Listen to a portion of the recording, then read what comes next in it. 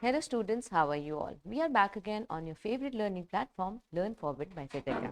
Today we are going to study chapter number 9, that is making and functioning of law.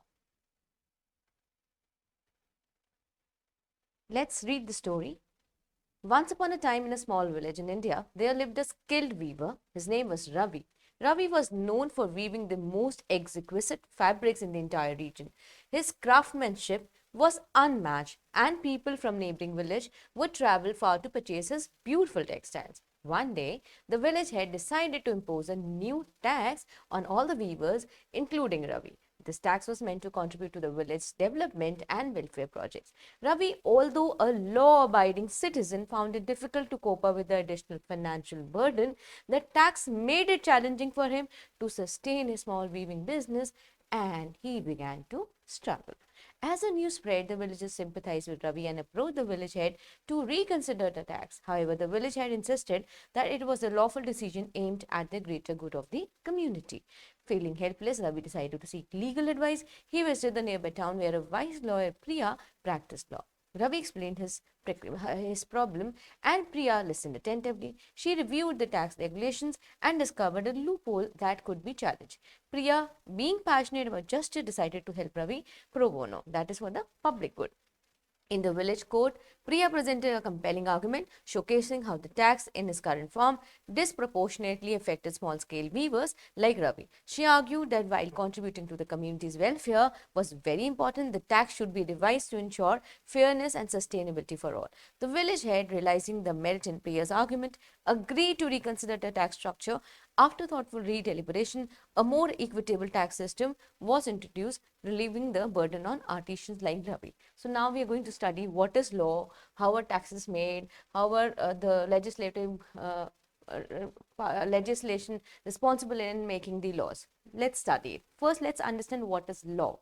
If we talk of law, it is a multifaceted concept that encompasses a wide range of rules and regulations and principles. So, if we don't have law, it will be a difficult scenario. But if we talk of law, it basically helps us, it gives us a tool to govern and regulate human behavior within society.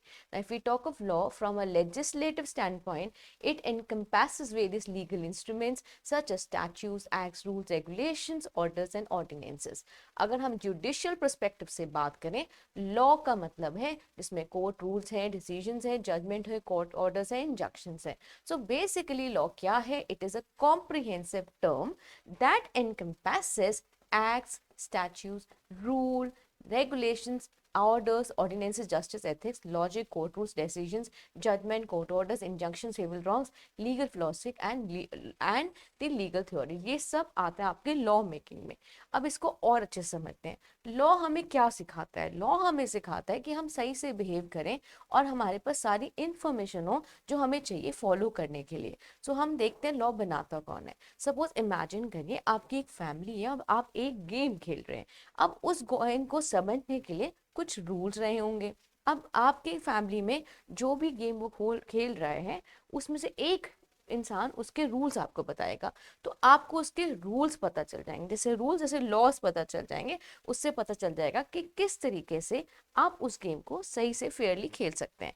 ऐसे ही हर एक country के अपने laws होते हैं और वो unique होते हैं उस पर्टिकुलर कंट्री के लिए.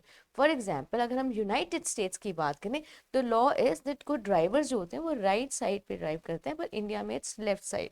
तो अगर आप जहाँ पे भी जाते हैं वहाँ के लॉ समझते हैं एंड प्रोएक्टिवली वैसे ही एक्ट करते हैं, राइट. अब लॉ मेकिंग को क्या कहते हैं? द पार्लियामेंट जो है वो लॉ मेकिंग बॉडी है. पार्लियामेंट क्या है? हमारी लॉ मेकिंग बॉडी है. The process of making and passing laws is called legislation. The house where this takes place is called the legislation. तो पार्लियामेंट हमारी लॉ मेकिंग बॉडी है, इस process को हम लेजिस्लेशन कहते हैं, और जहाँ जिस घर में लॉज बनते हैं उसे लेजिस्लेचर कहते हैं. जो भी लॉ पास होना है वो एक बिल की फॉर्म में पार्लियामेंट में प्रेजेंट किया जाता है. फिर उसमें आपका असेंट होना चाहिए प्रेसिडेंट का before it gets enacted. Now our representative, चाहे वो सेंटर में हो, चाहे स्टेट में हो, चाहे एमपीज, एमएलए, एमएलसीज, ये इन्वॉल्व होते हैं लॉ मेकिंग प्रोसेस में. इस करके इनको लेजिस्लेचर्स भी कहते हैं. The laws for the whole nation are enacted in the parliament. Similarly the laws applicable only in a particular state are enacted by the legislature of that state.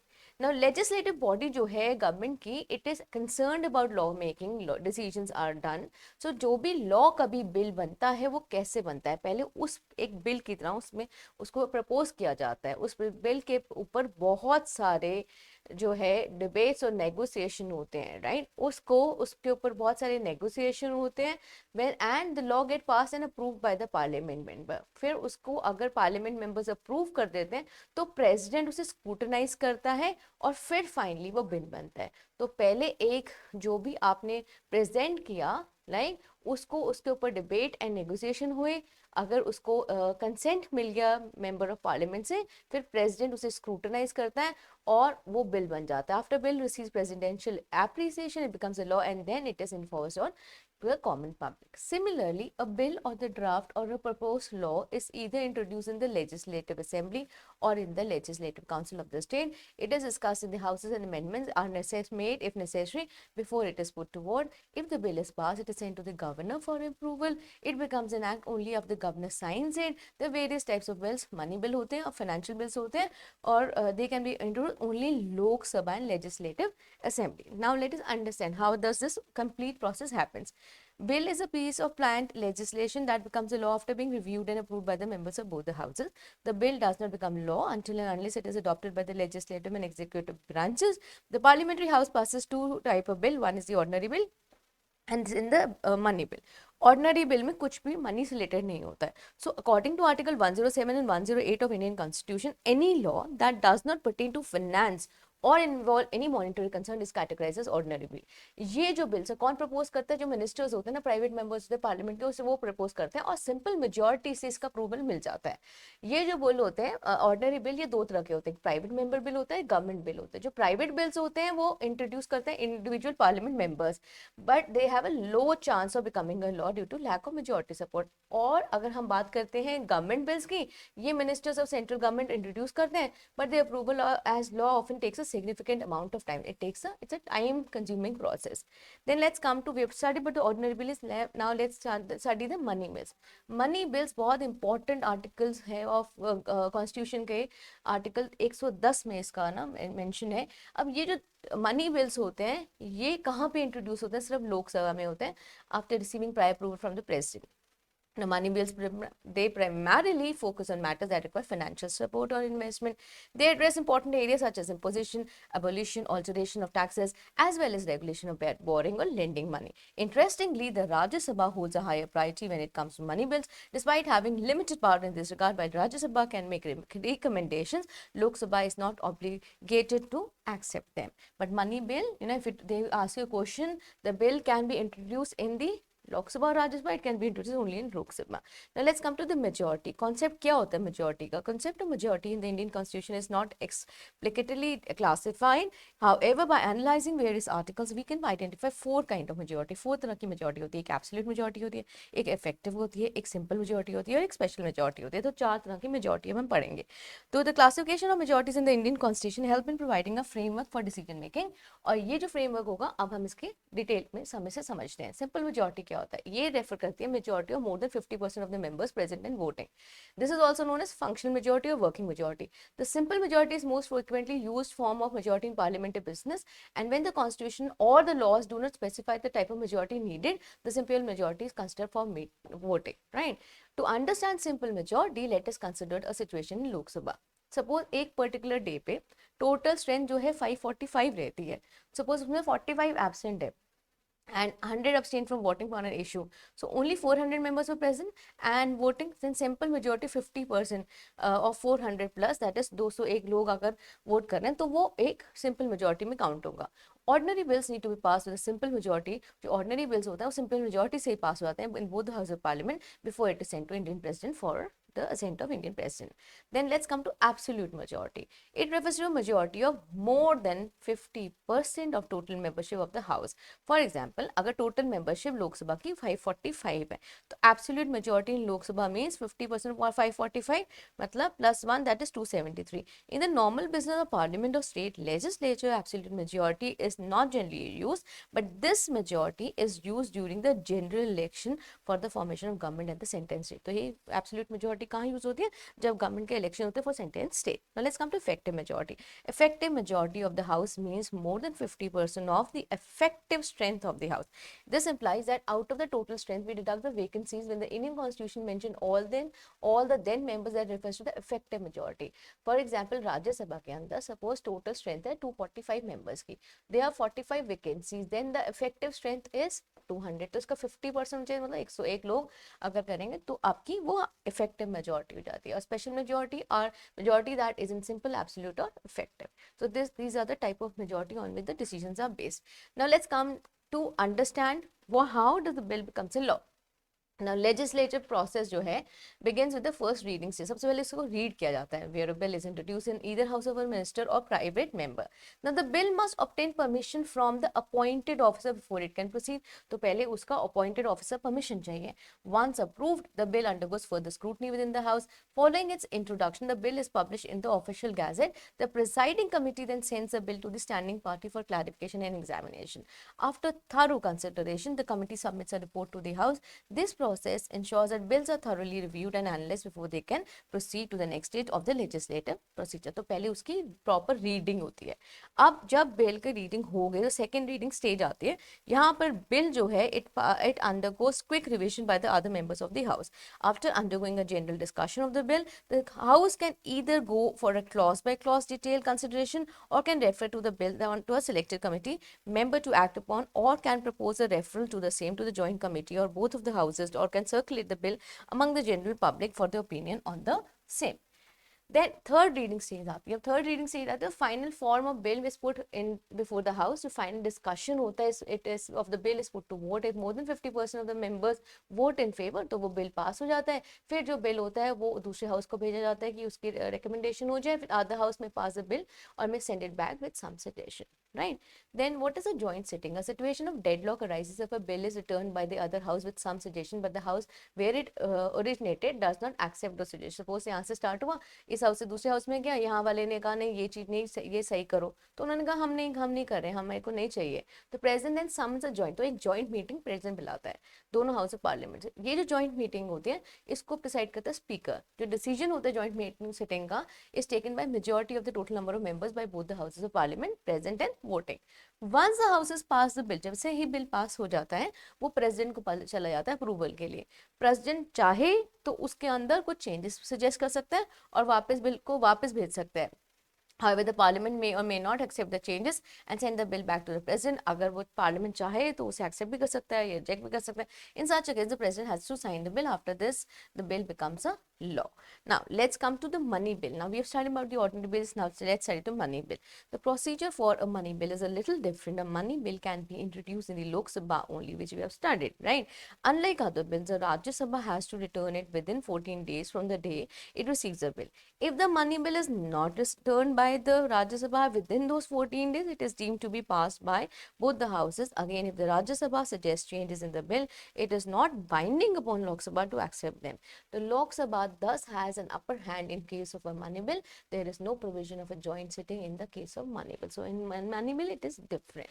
Now let's understand what is the function of law. Law का काम क्या होता है? Law जो है help करता है order regulation को मेंटेन करना और ह्यूमन बिहेवियर को मेंटेन करना. जो कुछ रिस्ट्रिक्शंस और on unacceptable actions like adultery, तो ये सब पे ना एक इन्फ्लुएंस होता है जो ह्यूमन इंटरेक्शन पर लगता है. लॉ रिस्पॉन्सिबल होता है to provide clarity regarding the proper procedures for entering legal relationship, ensuring the legality and validity. Since the dawn of civilization, mankind has relied on some form of laws to govern itself. In society, laws establish the standards that we must adhere if we wish to be a part of community. They establish rules and regulations that grant us freedom, deliver justice to those who have been wronged, and protect us from the potential abuses by own government. Some of the main functions of law in a society are discussed. Now, India जो है largest democracy in world, which we know. Now, understand how it helps in maintaining the law and order. Law basically क्या करता है? इसका main काम होता है कि govern करना है और regulate करना है human behavior को, और serving as a code of conduct to maintain order within a society. ये जो directives हैं ये individuals के लिए डिजाइन किए जाते हैं within a specific territory to adhere to, ensuring that the peace of the country remains intact. Given the diverse population that many countries possess, it becomes essential to consider the different needs, opinions. तो बहुत ज़रूरी हो जाता है कि country की opinions को समझें और फिर उनके वैल्यू समझे उस मेंबर्स के. Applying the same law universally without considering these diversity would inevitably lead to conflicts. अगर ऐसा नहीं होगा तो बहुत सारे कॉन्फ्लिक्ट्स होंगे. Therefore it is vital to control and shape behaviors by instilling socially acceptable norms through both informal and formal social control. So law being a form of social control plays a significant role in achieving the objective.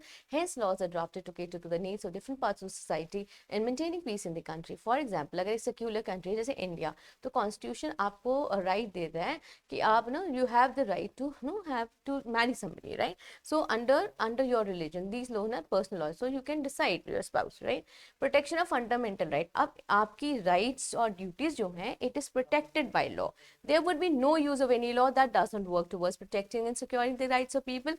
The primary objective of law is to maintain order and benefit society as a whole.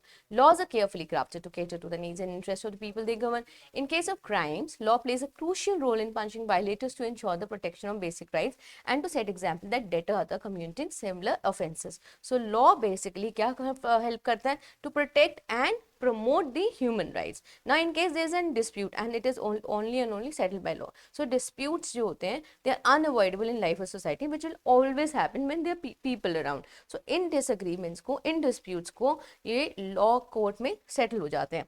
Then regulations of economic activity. अगर हम बात करें law, it plays very important role in governing the economic activity, providing a framework of rules and regulation that must be adhered in terms of sales, trade, labor and investment. ये जो होता है ये conducted in a valid and legal manner, allowing for secure business deals and agreement. Moreover, laws like sales tax, income tax, GST, customs ये help करता है government को revenue को जनरेट करने के लिए और कंट्री की ग्रोथ होती है. इस तरीके से लॉ सिर्फ आपकी ना सिक्योरिटी नहीं करता है बट इकोनॉमिक फ्लो को भी हेल्प करता है बिल्ड करने में. उसके अलावा आता है इंटरनेशनल रिलेशन. अगर हमारा लॉ स्ट्रॉन्ग नहीं होगा तो हमारे रिलेशंस भी स्ट्रॉन्ग नहीं होंगे. तो लॉ रिस्पॉन्सिबिलिटी लेता है for conducting and making international relationship. It plays a very important roles in forming economic, diplomatic and strategic relation with other nations. Visa law is also responsible for allowing people from other countries to enjoy the services provided by the nation. Laws are also used against policy and demands of other nations to protect and promote the national interest. तो ये law international relations को भी build up करता है, right? Now हमारे कुछ rights है. Let's understand the basic right. One is right to information, which is very important. ये बहुत crucial है, बहुत transparent और बहुत accountable. Government आपको ना right देती है. ये help करता है citizens को कि आपको जो भी हो रहा है आपके आसपास उसकी information आपके पास रहे. Hold public officials accountable and participate actively in the democratic process. India के अंदर जो right to information is a fundamental right enshrined in Article 19(1) of the Constitution, highlighting its significance. The right is not limited to India alone. It has been recognized globally since the Universal Declaration of Human Rights in 1948. ये जो declaration emphasise the right to seek, ये जो हम बात करते हैं right to information, इसका काम क्या होता है? To seek, receive and impart information through any medium. आपको इन्फॉर्मेशन मिल रहा है वो चाहे किसी भी मीडिया से थ्रू हो. International government on the civil and political rights further reinforce their rights, stressing the importance of freedom of expression and access to information. और इसके अंदर एक अमेंडमेंट हुआ कि आपका फ्रीडम टू एक्सप्रेशन भी होना चाहिए and access of information. Then Thomas Jefferson, a prominent figure in American history, believed that information is vital for a functioning democracy and vibrant society.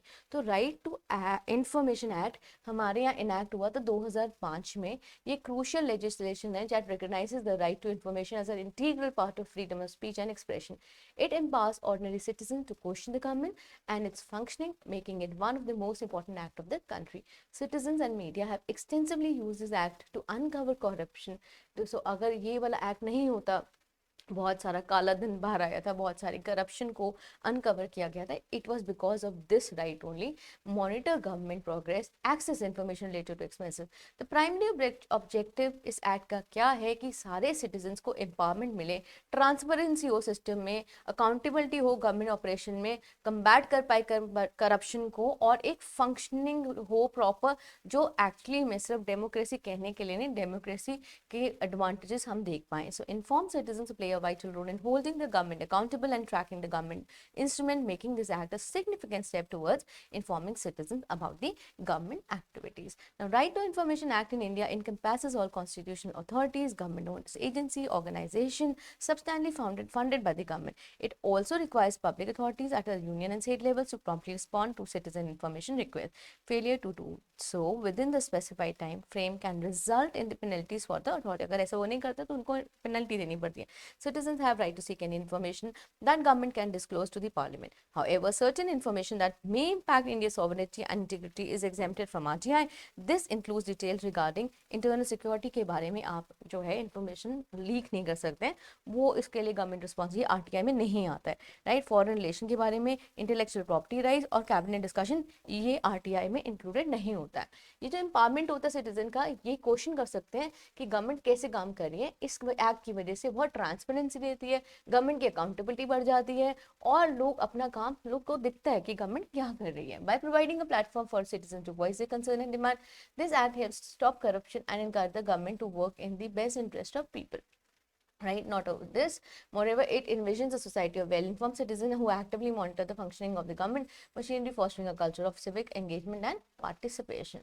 Okay, now this was right to information. Now let us understand right to education, which is RTE. It is very, very important because under this RTE, there were many changes which are made in the country, which actually helps children to study and to grow and to live a life which they should live, which they should enjoy their childhood, which was actually mentioned in this right, wherein they were free to attend school, where it is mandatory that anybody between 6 to 14 years of age can have education FOC, free of cost. And this act is completely titled as Right to Education, Right of Children to Free and Compulsory Education Act. It was passed, so इसका नाम दूसरा भी है, Free Right of Children to Free and Compulsory Education Act. ये पास हुआ था अगस्त 2009 में. जब ये एक्ट फोर्स में आया 2010 में, तो इंडिया एक ऐसी कंट्री थी among 135 countries with education is a fundamental right of every child. 86 constitutional amendment हुआ था 2002 में. It brought a significant change in the Indian constitution by inserting article 21A. ये जो आर्टिकल था ये कहता था the state is responsible for providing free and compulsory education to children between 6 to 14 year of age. ये जो amendment हुआ था राइट टू एजुकेशन का, ये एक फंडामेंटल राइट है. इसमें क्या किया था उन्होंने, इसको दे removing it from the list of directive principle of the state policy. The Right to Education Act was enacted as a result of the amendment. The RTE ensured that no child, except those enrolled in non-government schools, is required to pay any fees or expenses that may hinder their access to elementary education. तो जो लोग नहीं afford कर सकते हैं वो बिना पैसे दे इस elementary education को पा सकते हैं. The government is obligated to ensure that all children in the age of 6 to 14 are admitted attend school and regularly and complete the elementary education. This act primarily aims to provide free education to children from economically weaker section of society. तो वो जो बच्चे जो पढ़ाई को afford नहीं कर सकते हैं, गवर्नमेंट उनके लिए स्कीम्स निकालती है. इनफैक्ट वो बच्चे आना ही नहीं चाहते हैं स्कूल्स में पढ़ने के लिए. क्यों? बिकॉज उनके पास प्रेशर होता है. पढ़ाई का प्रेशर नहीं होता the way you are doing it, पर प्रेशर होता है कमाने का, पैसा कमाने का. तो गवर्नमेंट क्या करती है, उनके लिए बड़ी इफेक्टिव स्कीम्स लेके आती हैं कि आप स्कूल आओ, आपको खाना मिलेगा, you will get a school dress, you will get a bag, you will get, they give lucrative schemes to children so that they understand that this age is not meant for begging और doing the menial job, it is meant for studying, because the hands that should learn and write should not be present in form of begging. So ये government बहुत कुछ करती है इसके ऊपर कि बच्चे जो हैं, हमारे आने वाला फ्यूचर जो है वो पढ़ लिख जाए, राइट. इसके प्रोविजंस क्या होते हैं? The right to education Act guarantee free and compulsory education to children until they complete their elementary education. This means that the government has an obligation, कि गवर्नमेंट की एक ऑब्लिगेशन है कि इंश्योर करने के लिए हर एक बच्चा जो है, जो 6 से 14 साल के बच्चे में एज ग्रुप में है, उसको एडमिशन मिले, वो स्कूल जाए और अपनी एजुकेशन जो है कंप्लीट करे. इसमें वो बच्चे जो इस चीज को अफोर्ड नहीं कर सकते, उससे कोई चार्ज नहीं देना है, right. They don't have to pay any charge. This act also addresses the admission of non admitted children to appropriate class. It outlines the responsibilities of the government, local authorities and parents ensuring a child's education, specifies how the financial burden is shared between the central and the state government. तो पढ़ाई का खर्चा जो है सिर्फ parents का नहीं होता है, वो गवर्नमेंट का भी होता है, वो इसमें बताया गया है. This act sets standards for people teacher ratio, infrastructure, working days, teacher qualification. It also emphasizes the need to balance teacher postings between urban and rural areas and prohibits the employment of teachers from non-educational tasks except for census, election and disaster relief work. तो उनको इसी task में basically involve किया जाता है. उसके अलावा वो सेंसस, इलेक्शन और डिजास्टर रिलीफ वर्क में जा सकते हैं, बट बेसिक टास्क उनका टीचिंग है. This act aimed at safeguarding the rights of children एनफोर्सेस several prohibition, strictly prohibits any form of mental harassment. अगर आप देखो ये जो आरटी है इसमें प्रॉपर्ली मेंशन है बच्चों का कोई मेंटल हरासमेंट नहीं हो, कोई फिजिकल पनिशमेंट नहीं किया जाए inflicting upon children, which is actually it is against the law. If you hit the child, अगर कोई बच्चे को मारता है या मेंटली हैरेस करता है, this is just against the law. Additionally, screening procedures for admission of children are not allowed, ensuring equal opportunities for all. तो इसमें कोई प्रॉपर, जैसे 6 से 14 साल के बच्चे को कोई अगर आप एडमिशन लेना तो उसको पहले कोई प्रॉपर टेस्ट नहीं पास करना है. This act also prohibits a collection of capitation fees, preventing any form of monetary discrimination. तो इसमें कोई फीस नहीं ली जाती, कोई भेदभाव नहीं होता है. Private tuition bye teachers strictly forbidden, ensuring that education remains fair and impartial. और आरटी के अंदर बिल्कुल मना है कि ट्यूशन नहीं आप ले सकते, क्योंकि स्कूल में सब पढ़ाया जाए. Lastly, the Act prohibits the operation of schools without proper recognition, guaranteeing that children receive education from authorized institution. अब स्कूल ये नहीं कोई भी किसी ने भी उठा के स्कूल खोल लिया and they start imparting education. No, you need to have a license for that.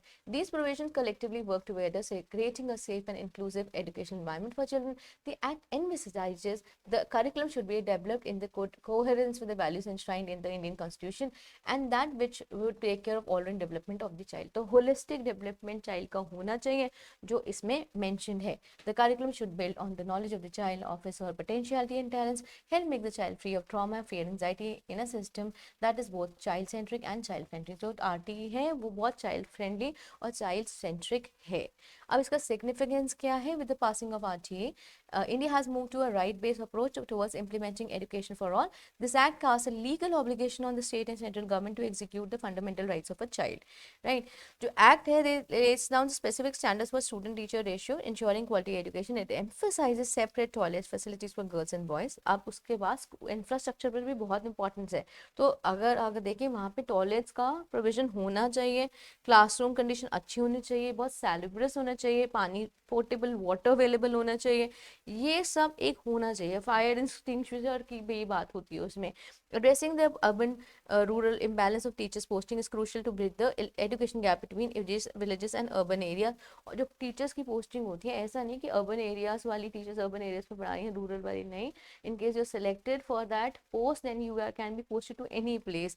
The act promotes zero tolerance against child harassment and discrimination. और बच्चों क्या कोई harassment नहीं होगा. Prohibiting screening procedure for admission based, और कोई मतलब अगर आपको किसी भी क्लास में एडमिशन चाहिए तो आपका कोई ऐसा इवैल्यूएशन नहीं होगा जिसकी वजह से आप रिजेक्ट हो रहे हैं. Then the formation of school management committee promotes participatory democracy in government. This act is justifiable with a grievance redressal mechanism for non-compliance.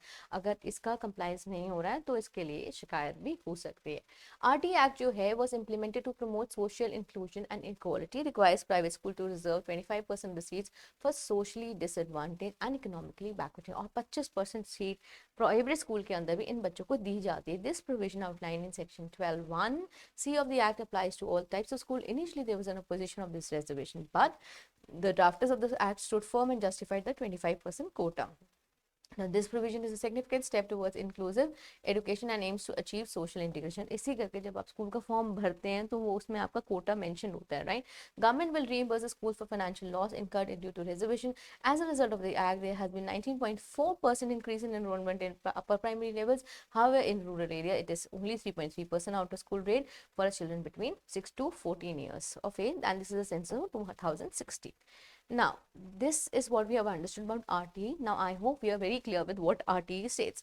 Now, let's understand what are the challenges in practicing law. Law लोग practice करते हैं, ठीक है, law की degree लेते हैं, पर उसे practice करने में lawyers को बहुत सारे challenges आते हैं. Let us understand that. पहला है laws बहुत हमारे यहाँ complex हैं, right? इतने complex lawyers को बहुत study करना पड़ता है, सारे laws को remember करना पड़ता है clients को बताने से पहले. फिर कई केसेस को सॉल्व होने में बहुत समय लगता है, तो लॉन्ग वेट होती है जस्टिस के लिए. उसके बाद लॉयर्स को है ऑनेस्ट रहना चाहिए और उसको राइट थिंग को ही ना हेल्प करना चाहिए. बिकॉज लॉयर्स जो है उसका it is expected that they should have ethical high standards. There is a lot of competition because बहुत सारे लोग हैं जिन्होंने लॉ डिग्री एक्वायर की हुई है और बहुत सारे केसेस हैं. So it can be challenging for new lawyers to find work. तो पुराने लॉयर्स हैं, लोग उनको अप्रोच करते हैं, नए लॉयर्स के लिए थोड़ा सा स्टिफ कॉम्पिटिशन मिलता है.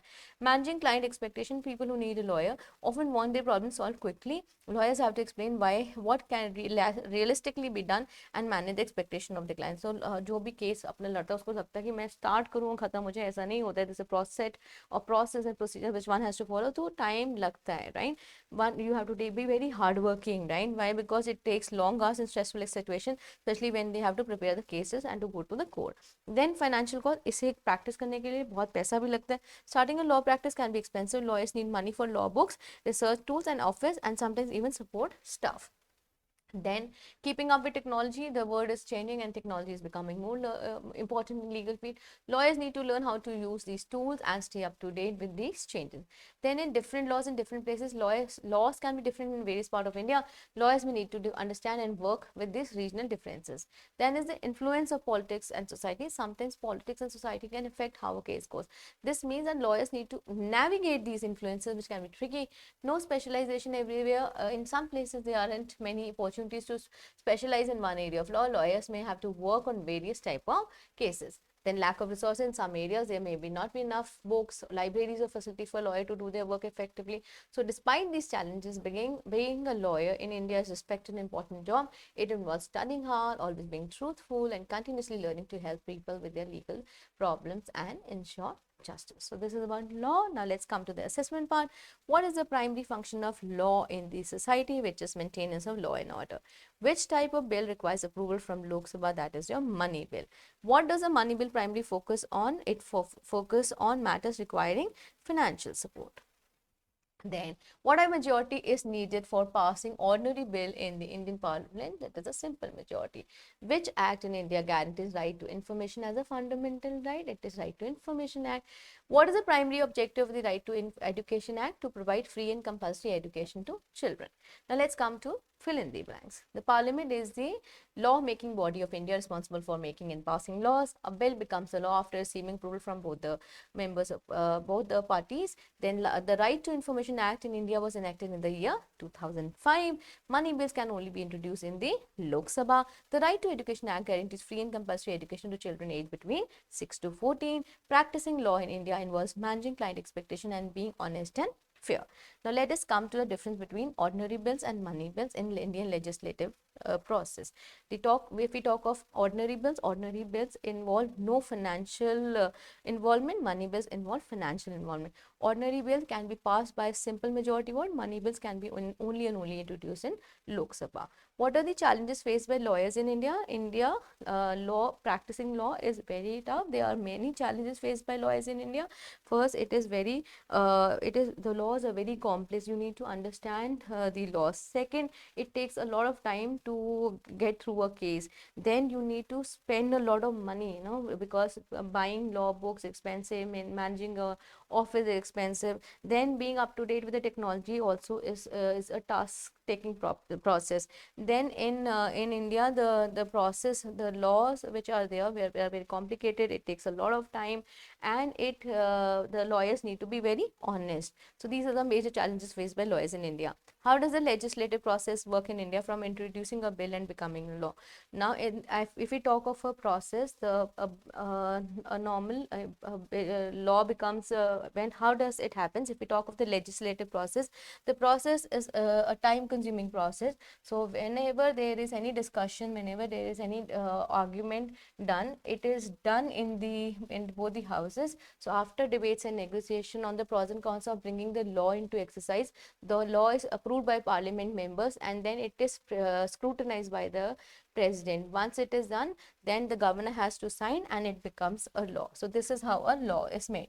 Now let's come to the next question. The next question is describes what are the primary function of law in society. The primary function of law in society is to ensure that all the human beings are abiding to the instructions given for proper behavior, so that there is nothing irrelevant done. So law making is like, it is very important that people adhere to everything which has been set in the government. Not only this, now the function of the law is that we have to maintain to the specific, now you have to maintain the order, no, order of the government. Then the laws are also derived, so it is also done that it protects your fundamental rights, it helps in dispute settlement, it helps in regulation of economic activity, it boosts your traditional international relationship. So these are the main rule of the legislation in making law. Now let's come to the next question.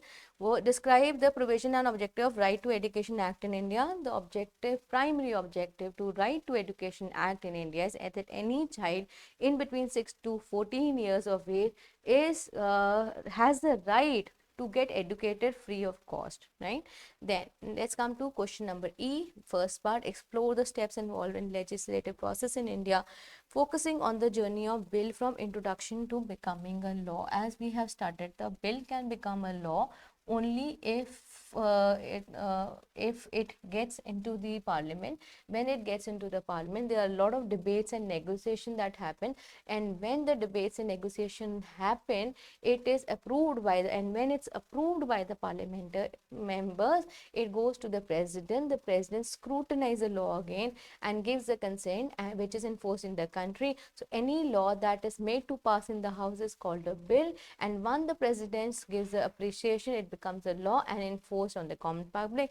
And before the bill is passed, it has to be signed by the governor, which is very important. So this is the complete process of how a bill is becomes a law. Now let's come to the next question. Discuss the role of law in maintaining law and order in the society, citing example from different legal system. The role of law is immense in maintaining the law and order, because had law not been there, then it would have been very chaotic. So it helps in maintaining some law and order because it keeps a check on governing and regulating human behavior, serving as a code of conduct to maintain order within the society. Now for example, if we talk of an example, then in a country like India, which is a secular country, the constitution leaves certain subjects like marriage under people's respective religion. So these are called personal laws. So this is taken care in the constitution which we follow. Then the next question is, last question is, discuss the significance of Right to Information Act in promoting transparency in the government operation. If we talk of right to information, that Right to Information Act, basically enacted in 2005, is a crucial regulation that help us to have freedom of speech and expression. It empowers the ordinary citizen to question the government and its functioning, making it one of the most important acts in the country. Now this act, because of this Right to Information Act, the main objective is that in citizens are empowered. There's a lot of transparency in the working of the government. It helps in combating corruption. It helps in a proper functioning of the democracy that serves the people. So Right to Information Act in India encompasses all the constitutional authorities, government owned agency and organization who are basically penalized in case they do not do their work properly. So Right to Information Act help the government to work in the interest of people, right? So this was all about the question answers. I hope we have got it nicely. Now this is all about the chapter of making laws. I hope we had good time learning. Happy learning.